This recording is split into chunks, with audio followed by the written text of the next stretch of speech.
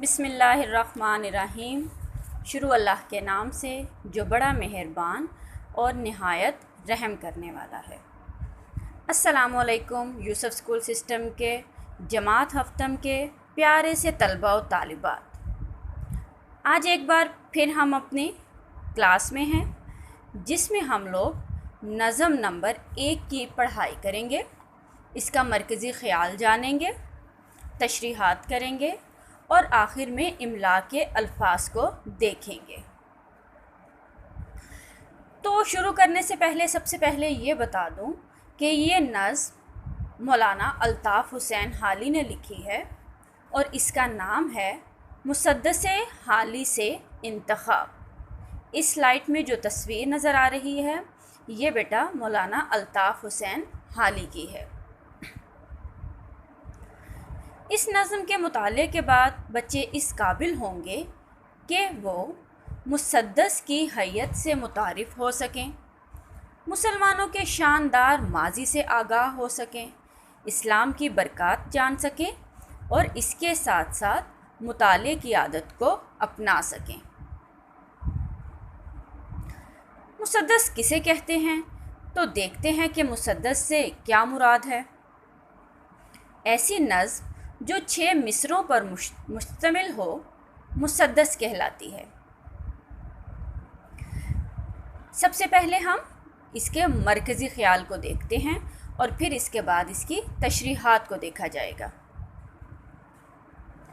نظم مسدس حالی سے انتخاب، شاعر مولانا الطاف حسین حالی۔ نظم مسدس حالی میں ماضی میں مسلمانوں کے عروج اور انقلابی اقدامات کو بیان کیا گیا ہے۔ اسلام جب بطحا کے پہاڑوں سے نکلا، بطحا سے مراد ہے مکہ کی وادی سے، تو دنیا کے کونے کونے میں مسلمانوں نے فتح و نصرت، ترقی و خوشحالی، کامیابی و کامرانی کے جھنڈے گاڑے۔ دنیا کی دوسری اقوام نے مسلمانوں ہی سے علم و فضیلت سیکھی اور کامیابی حاصل کی۔ تو سب سے پہلے ہم اس مسدس کے پہلے مصرے کی طرف آتے ہیں، لیکن اس کو شروع کرنے سے پہلے میں آپ کو بتا دوں کہ مولانا الطاف حسینی حالی کا شمار اردو کے اہم شعراء میں ہوتا ہے اور یہ اشعار ان کی کتاب مسدس مد و جزر اسلام سے لیے گئے ہیں، جس میں حالی نے اسلام کے عروج و زوال کی کہانی بڑے درد مندانہ انداز میں بیان کی ہے۔ اور اس کے ساتھ ساتھ بیٹا آپ کو یہ بھی بتاتی جاؤں کہ یہ نظم مسدس حالی الطاف حسین حالی نے سر سید احمد خان کے کہنے پر لکھی تھی۔ گھٹا ایک پہاڑوں سے بطحا کے اٹھی، پڑی 400 یک بیک دھوم جس کی، کڑک اور دمک دور دور اس کی پہنچی، جو ٹیگس پہ گرجی تو گنگا پہ برسی، رہے اس سے محروم آبی نہ خاکی، ہری ہو گئی ساری کھیتی خدا کی۔ حوالہ متن میں آپ نے سب سے پہلے نظم کا نام لکھنا ہے، اس کے بعد شاعر کا نام اور حیت مسدس۔ یہ اشعار حالی کی ایک طویل نظم شاہنامہ اسلام سے لیے گئے ہیں، جس میں انہوں نے مسلمان قوم کو ان کے شاندار ماضی کی یاد دلا کر کوشش، لگن اور جستجو کی طرف راغب کیا ہے۔ اس بند میں وہ کہتے ہیں کہ اسلام کا پیغام مکہ کی وادی سے ایک گھٹا کی مانند اٹھا اور پوری دنیا پر چھا گیا۔ دنیا کے ہر کونے میں اس کی دھوم مچ گئی۔ اسلام کی تعلیمات بجلی کی چمک اور کڑک کی طرح ہر طرف گونج اٹھی۔ اسلام کا پیغام اگر مغربی ممالک تک پہنچا تو برصغیر کے رہنے والے بھی اس سے مستفیض ہوئے۔ اسلام کی بدولت اللہ کی تمام مخلوق کی زندگیاں سنور گئی۔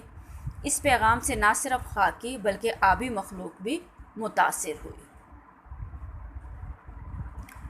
کیا امیوں نے جہاں میں اجالا، ہوا جس سے اسلام کا بول بالا، بتوں کو عرب اور عجم سے نکالا، ہر ایک ڈوبتی ناؤں کو جا سنبھالا، زمانہ میں پھیلائی توحید مطلق، لگی آنے گھر گھر سے آواز حق حق۔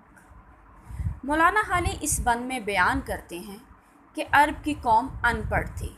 نبی پر جب پہلی وحی نازل ہوئی اور حضرت جبرائیل نے اقرا کا لفظ بولا تو حضرت محمد صلی اللہ علیہ وآلہ وسلم نے فرمایا کہ میں امی ہوں، مگر اسی ان پڑھ قوم نے اسلام کا اجالا اور نور دنیا میں اس طرح پھیلا دیا کہ ہر طرف اسلام کے چرچے ہونے لگے۔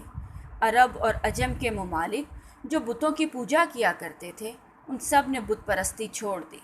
اس طرح انسانیت کی کشتی جو جہالت کے گہرے سمندر میں غرق ہو رہی تھی، برائیاں ان میں عام تھی، ان کے کردار میں بہتری نظر آنے لگی۔ توحید کا پیغام سارے زمانے میں پھیل گیا۔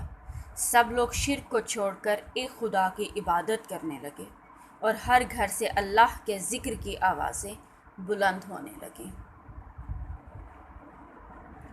ہوا غلغلہ نیکیوں کا بدوں میں، پڑی کھلبلی کفر کی سرحدوں میں، ہوئی آتش افسردہ آتش کدوں میں، لگی خاک سی اڑنے سب موبدوں میں، ہوا کعبہ آباد سب گھر اجڑ کر، جمے ایک جا سارے دنگل پچھڑ کر۔ مولانا حالی اس بند میں کہتے ہیں کہ جب اسلام کا پیغام دنیا میں پھیلا تو برے لوگوں میں بھی کام کرنے کا جذبہ پیدا ہوا۔ اس طرح نیک لوگوں کی تعداد بڑھنے لگی، کفر کا زور ٹوٹ گیا، آتش پرستوں نے آگ کی پوجا چھوڑ دی۔ اس طرح آتش کدوں کی آنکھ ٹھنڈی پڑ گئی، مختلف قسم کی عبادت گاہوں میں خاک اڑنے لگی، سب لوگوں نے آپس کے لڑائی جھگڑے ختم کر دیے، وہ پیار محبت سے رہنے لگے اور ایک خدا کی عبادت کے لیے کعبہ میں جمع ہونے لگے۔ یہ ہیں املا کے الفاظ جو 32 ہیں۔ تیگس، امی، عجم، توحید مطلق، یکتا، فلاحت، جویا، غلغلہ، ناؤ، بطحہ، مصفہ، افسردہ، سنبھالا، پہنچی، فرسخ، ساغر،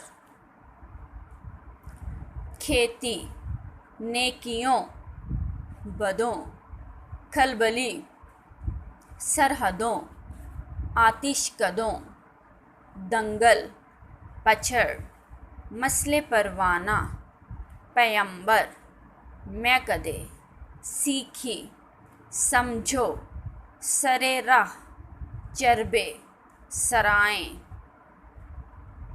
اور یہ ہیں اشعار۔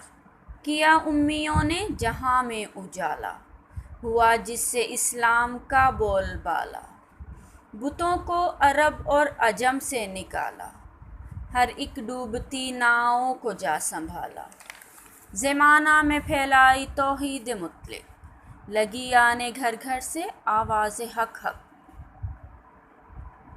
یہ مشکل الفاظ کی مشق دوبارہ آپ کو دکھائی گئی ہے۔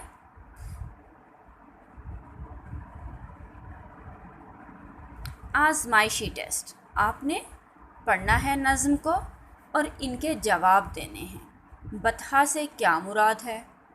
آج دنیا میں کون سی قومیں آگے ہیں؟ ان کے آگے ہونے کی کیا وجوہات ہیں؟ مسلمان کس طرح دنیا میں اپنا کھویا ہوا مقام حاصل کر سکتے ہیں؟ اور یہ مسدس ہمیں کیا پیغام دے رہی ہے؟ گھر کے کام میں نظم مسدس حالی سے انتخاب آپ نے کتاب سے توجہ سے پڑھنی ہے اور نظم کے اختتام پر املا کے 32 الفاظ اور اشعار خوش خط اردو الف کی کاپی پر لکھنے ہیں اور ریڈ رجسٹر پر اس املا کی تیاری بھی کرنی ہے۔ کاپی پر کام کرنے کے لیے چند اہم ہدایات۔ کاپی کے ہر صفحے پر نیلے رنگ کے مارکر سے بائیں جانب اسکیل کی مدد سے حاشیہ لگائیں۔ دن، تاریخ اور گھر کا کام کاپی کی سب سے نمایاں سطر پر مارکر سے لکھیں۔ سبق کا نام، الفاظ، معنی، سوالات یا کسی بھی قسم کے عنوانات کو مارکر سے انڈر لائن کریں۔ آخر میں اختتامیہ لائن ضرور لگائیں اور اپنی کاپی کو صاف ستھرا رکھیں۔ تھینک یو سو مچ۔ اللہ تعالیٰ آپ کا حامی و ناصر ہو اور ہر طرح کی آفات و بیماریوں سے آپ کو محفوظ رکھے۔ آمین ثم آمین۔